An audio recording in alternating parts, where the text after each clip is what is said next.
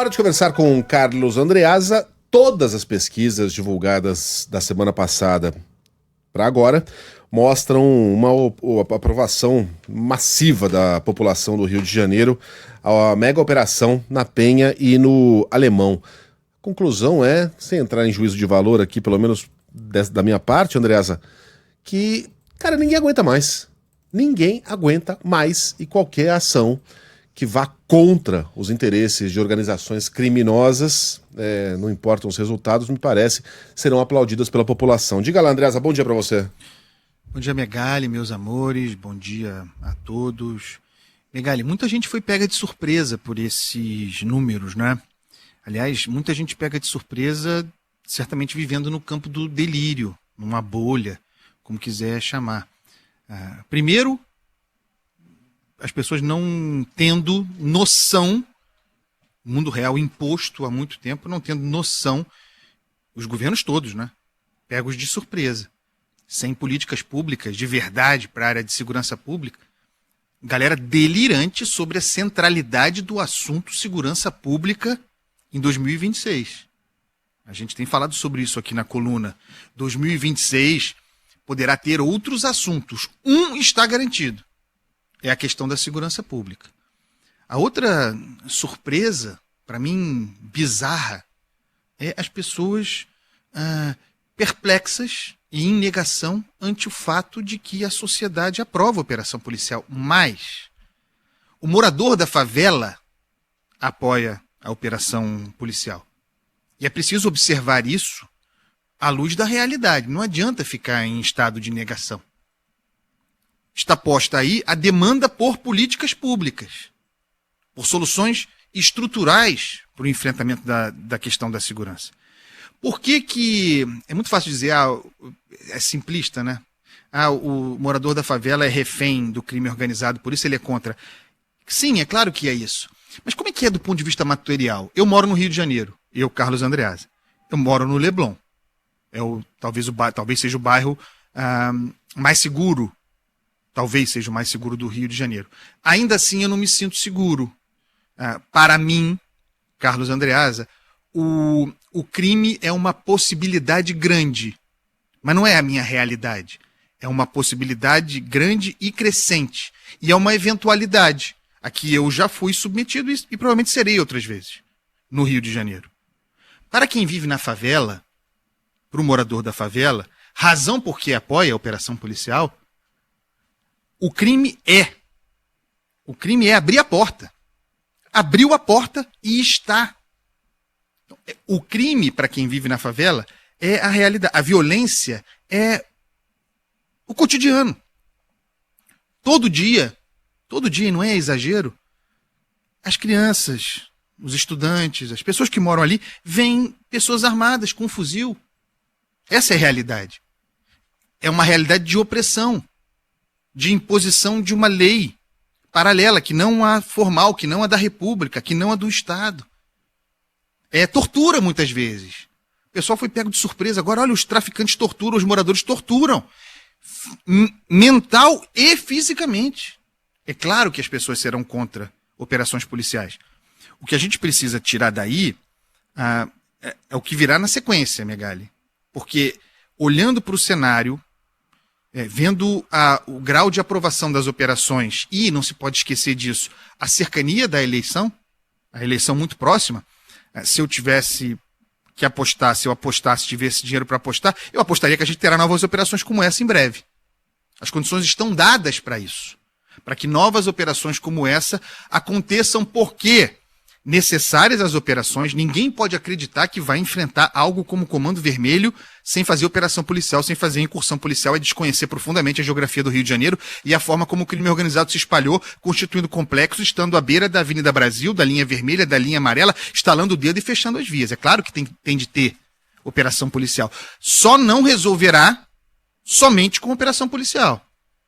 Aquilo de que a gente sempre fala aqui, controle de fronteiras, presença nas fronteiras, tudo mais posto. A questão é que tem uma bola eleitoral quicando, que a direita tende a explorar, a direita brasileira, que está vacuada, que era que estava presa à bandeira da anistia, de repente surgiu uma oportunidade de superação a Jair Bolsonaro e também surgem os riscos de proliferação de operações policiais no Rio, Brasil adentro, Brasil afora, sem... Você pode considerar essa operação última ruim, mas ela teve, pode considerar ela problemática, pode dizer o que quiser dela, mas ela teve e está documentado um período de planejamento, de preparação. Está posta a chance de multiplicação de operações policiais com fins eleitoreiros, porque as pessoas percebem que isso é, do ponto de vista eleitoral, que isso é bem percebido. Então eu quero colocar aqui essa pulga atrás da orelha, porque eu não consigo, observando o cenário, eu não consigo, e cobrindo segurança pública no Rio há muito tempo, eu não consigo imaginar que não tenhamos operações como essa novamente em breve. Isso está muito claro para mim. A questão é de controle de constitucionalidade, e aí chega Alexandre de Moraes no Rio de Janeiro, previsto para hoje, a DPF das favelas. Alexandre de Moraes será a figura do judiciário para exercer o controle de constitucionalidade que tem de haver em operações policiais, ou, se espalhando como ele gosta, exercendo o poder como sabe, Alexandre de Moraes se configurará numa espécie de corregedor de polícia no Rio de Janeiro, interventor em segurança pública, saindo mais uma vez da esfera do judiciário para o campo político. Está tudo muito politizado e perigosamente politizado. Os governos, todos esses, ao fim do seu terceiro ano, alguns reeleitos, ao fim do terceiro ano desse mandato, entrando para o quarto, o último ano eleitoral, ninguém tem o que apresentar em segurança pública. Tarcísio de Freitas não tem, Lula não tem, e Cláudio Castro não tem.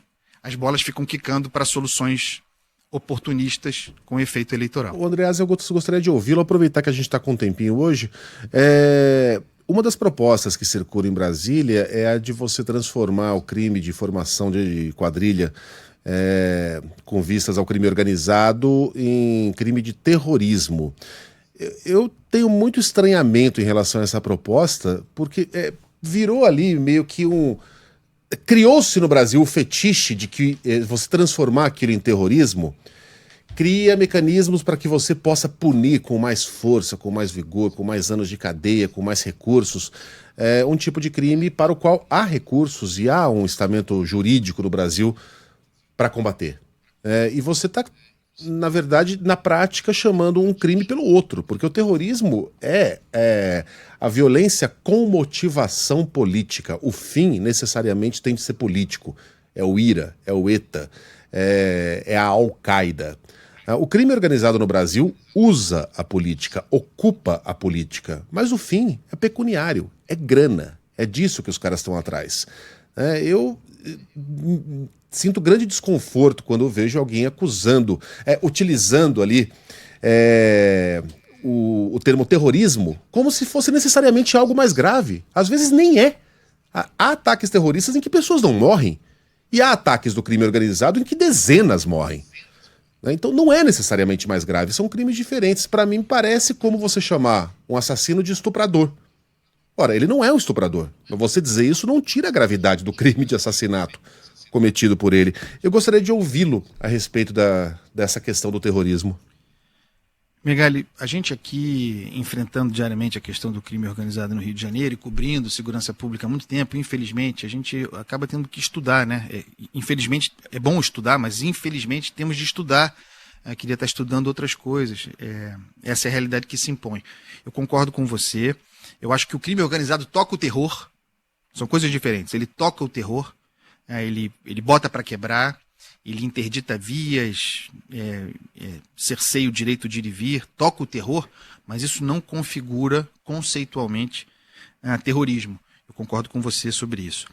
E aí a transformação da atividade do crime organizado em terrorismo tem implicações outras, que envolvem também questões internacionais, questões de relação com outros países e da relação do outro país conosco, certo?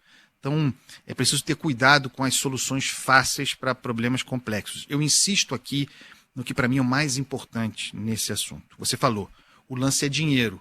Ocupação territorial, tomada de territórios para fins econômicos. Empresas multinacionais, o PCC é uma empresa multinacional, o Comando Vermelho é uma empresa multinacional. Estão em vários estados do Brasil, estão nos nossos países fronteiriços aqui, estão nos Estados Unidos também, estão no México, estão, por óbvio, na Colômbia, na Venezuela, na Bolívia, estão no Paraguai.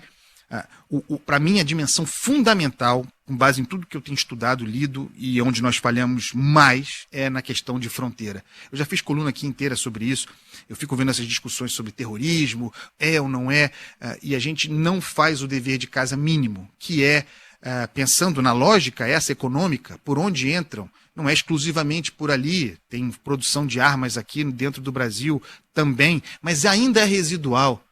As armas e drogas que movimentam essa economia, elas entram livremente pelas nossas fronteiras, com o Paraguai e, sobretudo, no caso do Comando Vermelho, crescendo muito a chamada Rota dos Solimões, aquela lá em cima, fronteira do Brasil com Venezuela e Colômbia. Nós não estamos nessas fronteiras. Quando a gente fala em ocupação de fronteira, não é ocupar toda a fronteira seca do Brasil com vigor, porque não seria possível, fisicamente falando. É uma fronteira gigantesca.